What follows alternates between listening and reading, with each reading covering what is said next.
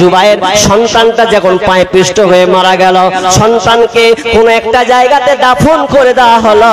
দাফন করে দেওয়ার পর এবার তিনি আবার কিন্তু যাচ্ছেন, রওনা হচ্ছেন কোথায়? ওই বাদশার সঙ্গে মোলাকাত করতেন।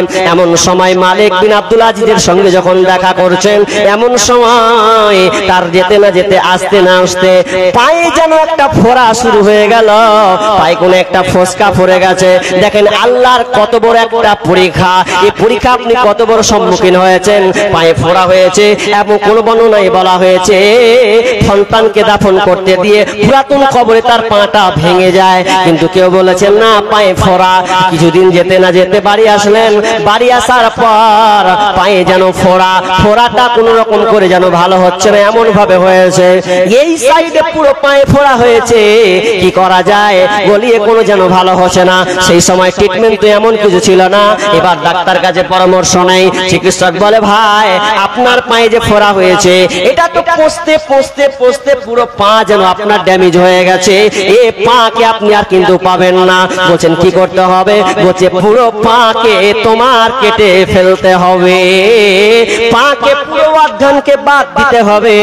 আল্লাহ, এক তো আমার চোখের সামনে সন্তান মারা গেল, দ্বিতীয়ত আর একটা বিপদ আল্লাহ তুমি আমাকে পরীক্ষা করলে, পাটা যেবার বাদ দিতে হবে, কি করা যায়? সেই সময় চিকিৎসা, এখনকার চিকিৎসা ইনজেকশন মারবে, আপনি বেহুশ হয়ে যাবেন, অজ্ঞান হয়ে যাবেন। আমার যখন নাকটা অপারেশন হয় আমি একটু টের পাইনি, কাটা ছিঁড়া করেছে কিছুই জানি না।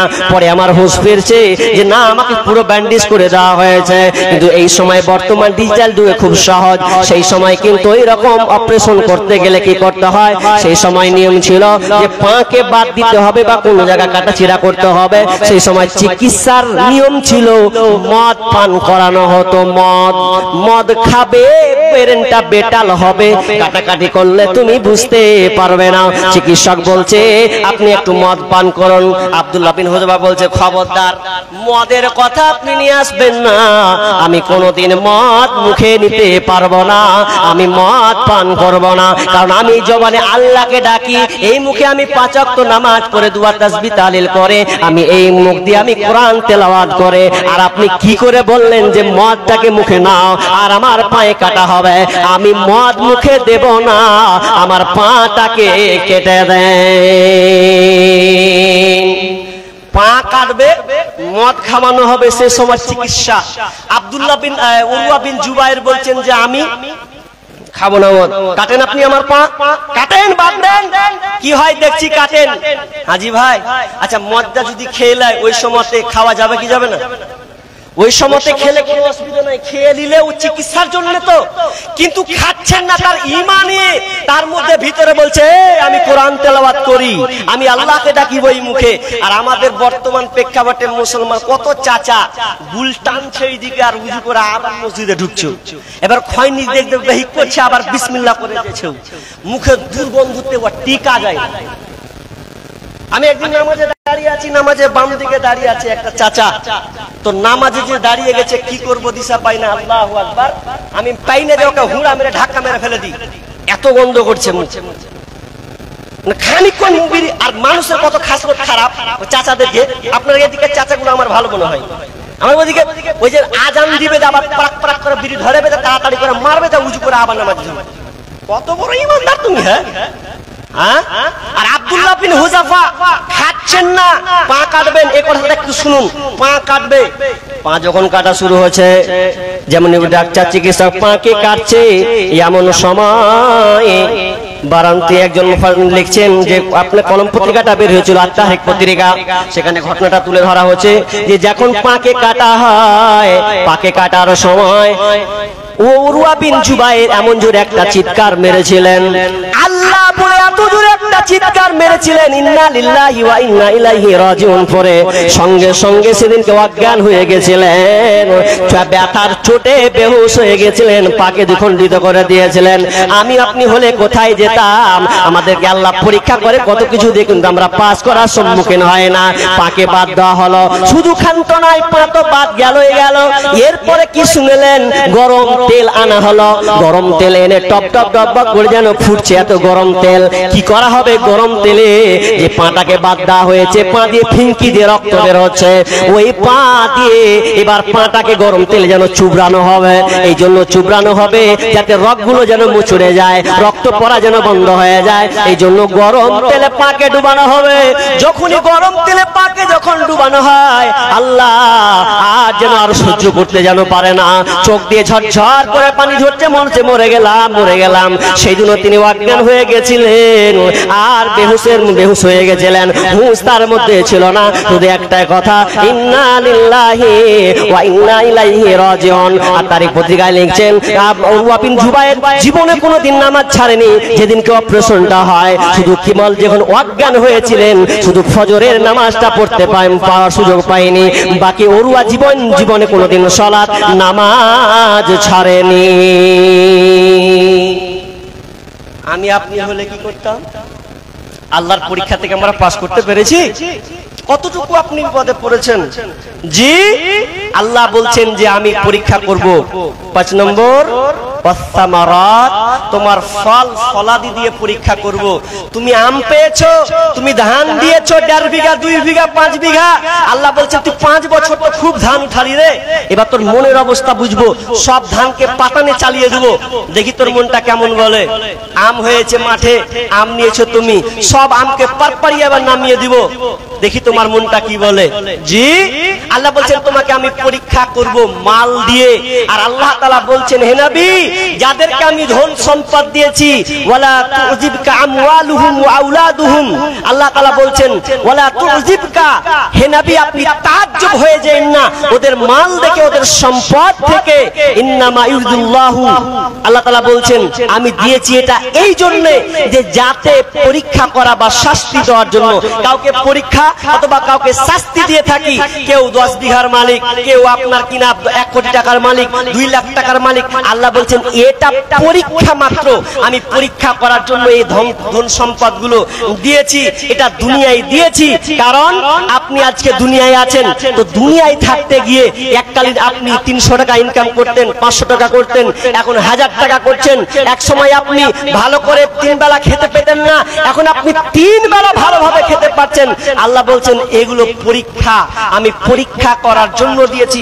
আল্লাহ বলছেন তুমি যদি এই 5টার উপরে পরীক্ষা করো, পরীক্ষার পাস করে দাও, তাহলে অবশ্যই সাবিরিন, তোমার জন্য রয়েছে সুসংবাদ।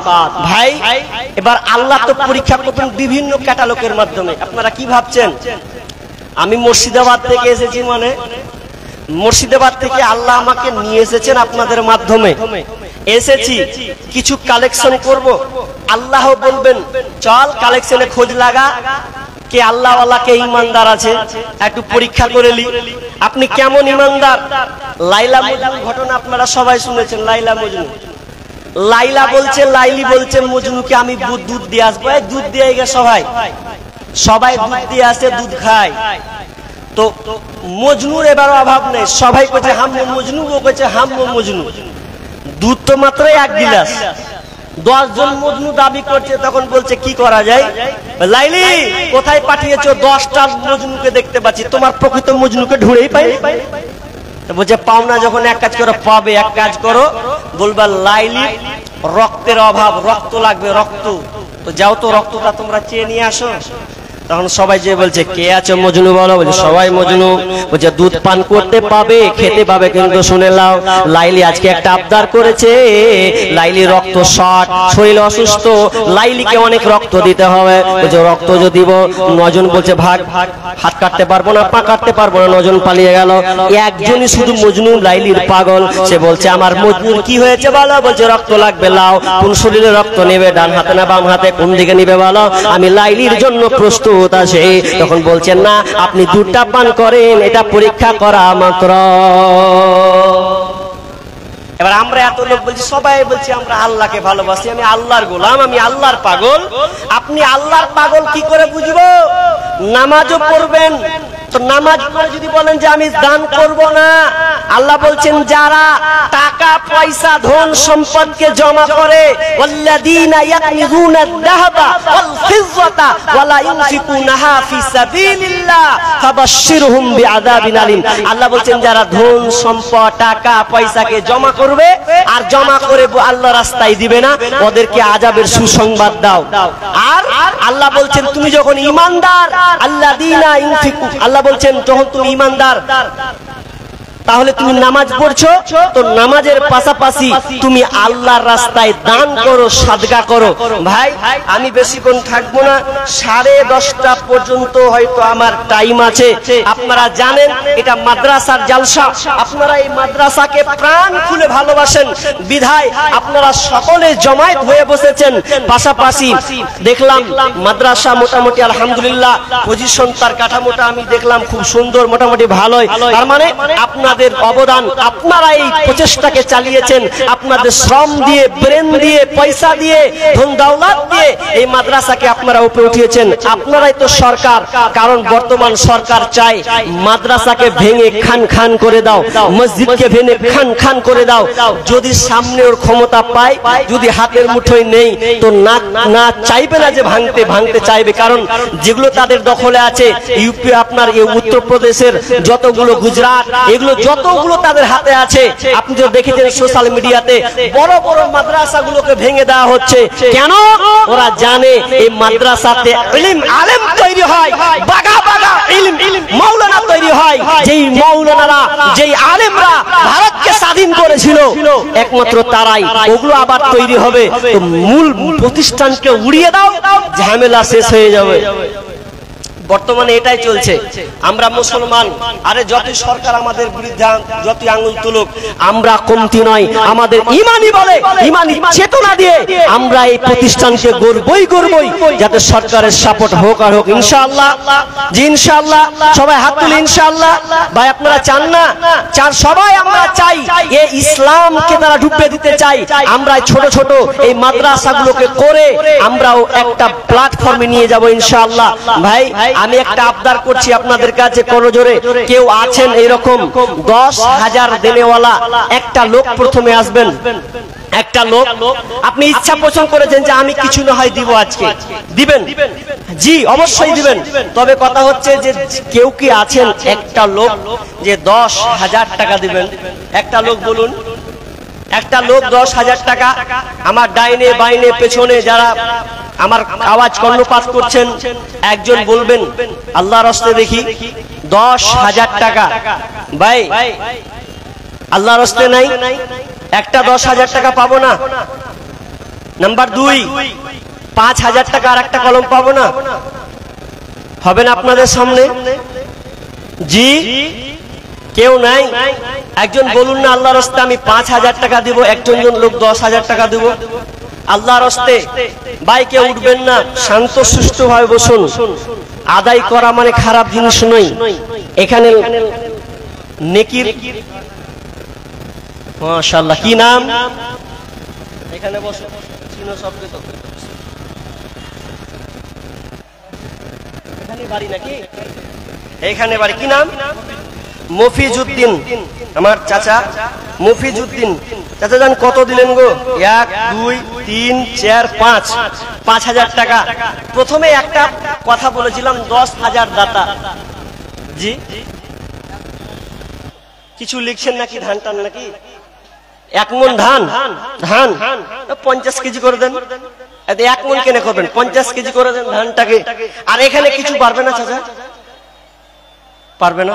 একটু মন থেকে দেখেন না। একটা দাবি করেছি 10,000 টাকা, 10,000 যদি নেই পাই 5,000, ও আমি দুটো বলেছিলাম, আপনি চালাকি করে দিলেন নাকি? আল্লাহু আকবার। কিছু দেন আর হবে না? আল্লাহু আকবার। শুনলাম নাকি আপনি 10,000 দিতে পারবেন। যাক হায় আল্লাহ বারাকাল্লাহ। একটা হলো 5,000 হলো। আমি একটা 10,000 কলম চেয়েছি ভাই, একটা 10,000, একটা।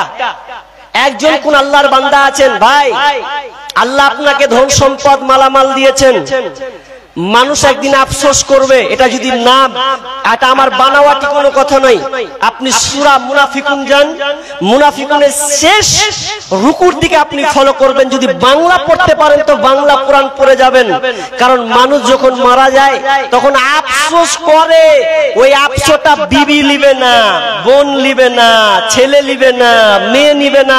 এক কথায় কেউ বুঝতেই পারবে না। শুধু আল্লাহ সাত আসমান থেকে দেখবে যে আমার এই বান্দাটা কান্নাকাটি করছে। এটা আমি আপনি নয়। যদি আপনার দুর্বলতা আছে সবাই কাঁদবে। মানুষ যখন মরবে ওই সময় কাঁদবে। কি বলে জানবেন? ফায়াকুল রাব্বি লাউলা আখরতানি ইলা আজালিন করিব। মাবুদ গো, মাওলা জি, আল্লাহ তুমি আমাকে আমার উপরে একটু রহম করো। ফায়াকুল রাব্বি লাউলা আখরতানি ইলা আজালিন করিব। আল্লাহ তুমি আমাকে একটু হায়াত দাও, আমার জিন্দেগানি একটু জিন্দেগি আমাকে দাও। কেন জিন্দেগি দিবেন? সেই সময় আপনি বলবেন ফাসাদাকা ওয়া কুম মিনাস সালিহিন। দুইটা কথা মরে আপনি মারা যাবেন। আল্লাহ কিন্তু এই দুইটা জিনিস শুনবেন, কিন্তু আল্লাহ আপনাকে ওই সুযোগটা আর দিবে না। কি সুযোগ? ফাসাদাকা, আল্লাহ বলবেন সদকা, সদকা করব, দান করব। আল্লাহ সুযোগ দাও। 10 কাঠা জমি ছুঁয়ে চলে এসেছি, দুতলা বাড়ি ছুঁয়ে চলে এলাম। আল্লাহ অনেক ভুয়ে ভুয়ে ধান চাষ করেছি, কি হবে না হবে কিছুই বুঝতে পারলাম না। আল্লাহ বেটির মুখ দেখবো না, বেটার মুখ দেখবো না, বিবির মুখ দেখবো না, খালি একটু দান করব। কিন্তু ওই সময় আপনার কোনো কাজ হবে না। অতএব এই পজিশন পড়ার আগেই আপনি যতটুকু পারবেন আল্লাহ রাস্তায়। একটা লোক কলম আমি 10,000 টাকা চেয়েছি ভাই, 10,000 টাকা একটা লোক হবে না ভাই? একটা লোক 10,000। আজকে মনে হয় ঠগে বাড়ি যাবো নাকি? মনে হয় আজকে দোমনার জাহিদুল ভাই, আপনি কোথায় আছেন? আপনার মেয়ে স্টেজে জমা আছে, আপনি নিয়ে যান। আপনার মেয়ে করন্দন করছে, স্টেজে ডিস্টার্ব করছে। আপনি কোথায় আছেন জাহিদুল ভাই? দোমনার জাহিদুল ভাই, আপনি আসেন, আপনার মেয়েকে নিয়ে যান।